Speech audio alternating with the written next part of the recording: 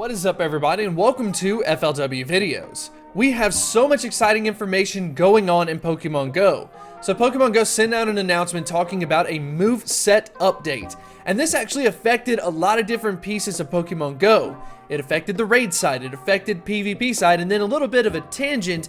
We have some Pokemon that now have permanent access to previous legacy moves, and there are actually a couple of those Pokemon that you were wanting to have because their previous legacy move is amazing. So in today's episode, what we kind of plan to do is talk about some of the highlights of this entire change on the raid side, and then secondly, talk about those legacy moves, talk about which ones you would want to TM over.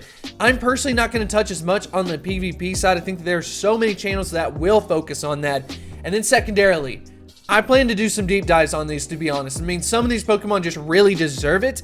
So by the end of the episode, if you have some suggestions of Pokemon that you would like to see more in depth, go ahead and let me know in the comments section below. But with all of that being said, if you do enjoy this episode, make sure to like and subscribe. But without further ado, let's go ahead and get into the video.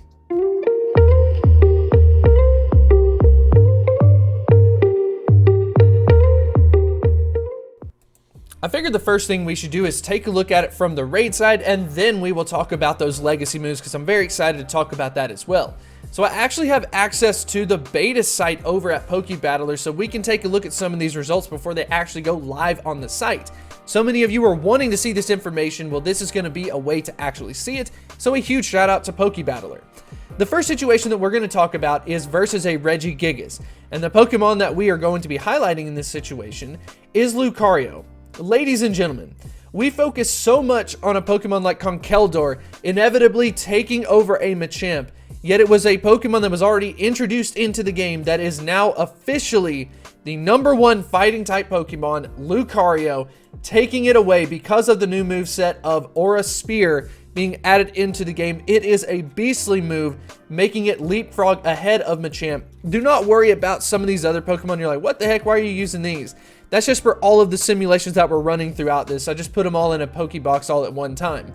But the main takeaway is Lucario is now the #1 from the fighting type perspective, but there is a little bit more value that probably needs to be talked about, and that is the fact that Lucario is not necessarily just better than fighting type Pokemon. It's also better in situations where there are different types that are all super effective against something. It ends up being just at the top of the pile.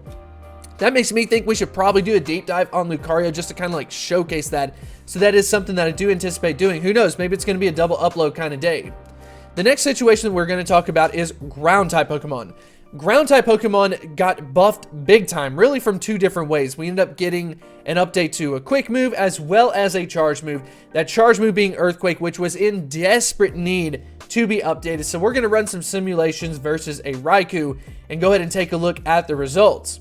So as you can see, we still have Excadrill in at the #1 position, but Rhyperior all of a sudden is being put into this position where it's kind of #2 now. I mean, that was a little bit unexpected, but when you have the upgrade to the quick move as well as the charge move, obviously they are going to receive the benefit of that. And then of course Garchomp in at the #3 position, and then surprisingly Groudon in at the #4 position. I just didn't expect that. We have so many non-legendary Pokemon doing better than Groudon, so this is something that you do want to know. I would honestly say that Rhyperior, for the most part, is a major upgrade. I myself have quite a few Rhyperiors, but they are all of the rock typing attack. I'm going to go ahead and tee them over to the ground type because it works out better there than what it does as a rock type attacker. So that is huge, but now you can kind of see where all these Pokemon are kind of moving around. And who knows, maybe we could end up doing like a top 5 ground type Pokemon episode. Let me know in the comment section below if you would like to see that. Up next, we're going to go up against an Entei. Now, this is going to be focused on water type Pokemon. We've talked about this a lot, where we had a Pokemon like Kingler all of a sudden get put into the #1 position over Kyogre because it ended up getting the move Crabhammer, which propelled it to the #1 position. Yet, Kyogre got an update to the move Surf, and this update to this move ended up putting Kyogre back into the #1 position as a water type attacker. So it is now officially the king once again. So it already had the crown. It got it taken away from Kingler in what I would consider to be a pretty cheap move. Crabhammer was just too overpowered, and then now Kyogre is able to take it back just because of that move Surf. So now you've got Kyogre getting a better time to win, and then secondarily, you also get the benefit on a lower number of feints. So that's going to be a big factor to say, you know what?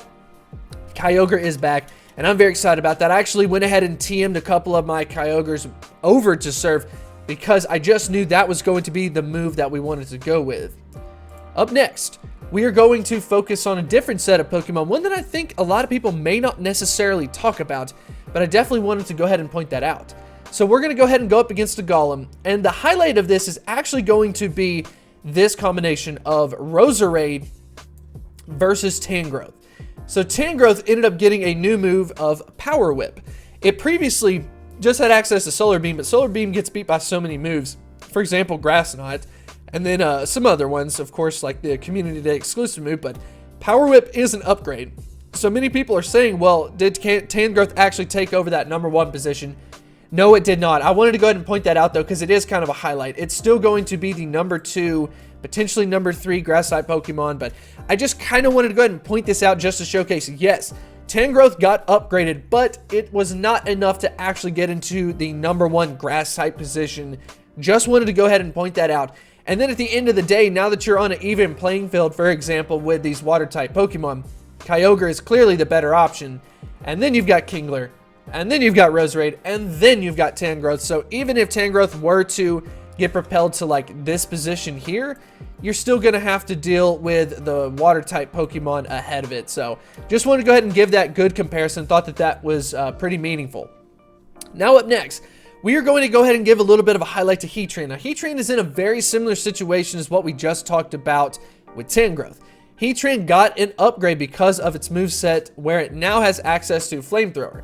That's going to be a major, major upgrade. But here's going to be the issue. You are going up against a Pokemon like Moltres. Now, Moltres is very similar in its stats versus Heatran. But when Heatran does not have access to Overheat, and Overheat is just clearly like the better move that you want to have, Heatran is still not quite able to take it over. But for me personally, I did not power up a single Heatran because I just had that feeling eventually we were going to get some type of new moveset. And yes, we got Flamethrower, and that is an upgrade, but it just isn't enough to make it meaningful in the game. A huge upgrade, so if you have one, by all means, go ahead and go with Flamethrower. That way you can at least use it. But in this case, for me personally, I'm not going to invest in it just because Moltres clearly dominates it. I mean, this is against a very low tier, like tier 3, and you're talking about a time difference of 10 seconds. I mean, that's pretty massive. And then, of course, you have many feints on that situation as well. So that's just something to kind of go ahead and think about. Now, when we talk about the first one, that's going to be Arcanine. So Arcanine getting Flamethrower is a positive thing. If you want to use Arcanine from the rating perspective, go ahead and TM over to Flamethrower. It is an upgrade for that Pokemon.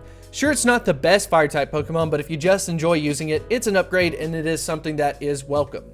For Poliwrath with Mudshot, I mean, technically, this is going to be pretty good from the PvP side, but at least from the raid side, it's not going to necessarily benefit it that much, so we're going to go ahead and give it an X. And then now we've got Machamp. So as far as Machamp is concerned, it already has Dynamic Punch, and that's going to be way better than Cross Chop, so do not worry about TMing over to Cross Chop in the situation. Keep your Dynamic Punches dynamic for that Machamp. Up next, we have Golem with Ancient Power. Now, this seems like it could be somewhat attractive just because of the number of bars that the charge move has, but unfortunately, it's not that powerful of a move, so you definitely want to go ahead and stick with Stone Edge if you are using it as a rock-type attacker. Then up next, we have Gengar with Shadow Claw. Now, this is a major benefit for this Pokemon, and there is one specific situation that I absolutely want you to go ahead and TM over to it. If you have a Hex Gengar, get rid of it now. Go ahead and TM over to that Shadow Claw.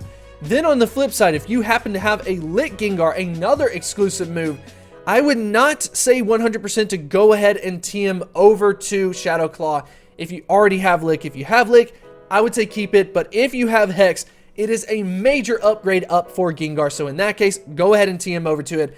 I went ahead and did that on some of mine as well, and I ended up finding one that was really good that I just kind of had, and then I'm now able to go ahead and TM over to Shadow Claw, so very excited about that. Up next is Exeggutor. So Exeggutor getting Confusion, that is a good thing. It does make it a better Psychic type attacker in that regard. Is it a good Psychic type Pokemon overall though? No. but once again, it is at least some type of upgrade. Up next, we have Pincer with Fury Cutter. Now, that's going to be an interesting situation. I think, generally speaking, that is an upgrade from the raid side. Not that many people use Pincer, but maybe that is something that you could consider. And then up next, we've got Gyarados with Dragon Breath and Twister.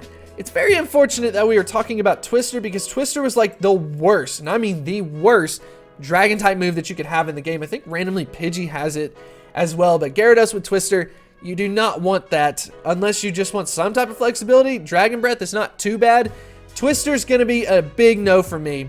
Moving down the list, we've got Snorlax with Body Slam. This is a major deal. If you've got yourself a Snorlax and you don't have Body Slam on it, now is your chance to go ahead and get that. It's great for defending gyms, and then you could even use it in PvP if you wanted to, but I think most people want to use it for gym defense. And then finally, you've got Dragonite now having access to Dragon Breath as well as Dragon Claw. From the rating perspective, you already have access to a move like Dragon Tail, and then of course Outrage. So it's very difficult for me to say that this one is going to be a positive from the raid perspective. So I don't know. It's kind of like neutral, sort of negative, but not like that big of a deal. So I'm kind of comfortable with saying like this one's going to be middle of the ground. If you want to develop a deeper connection, I would highly recommend you to check out Patreon. We've got a lot of really cool things going on over there. Check out all of these supporters that we have. We are almost up to 100. We are also posting some special content, some behind the scenes work. And if that is the type of thing that interests you, I would highly recommend you to check it out.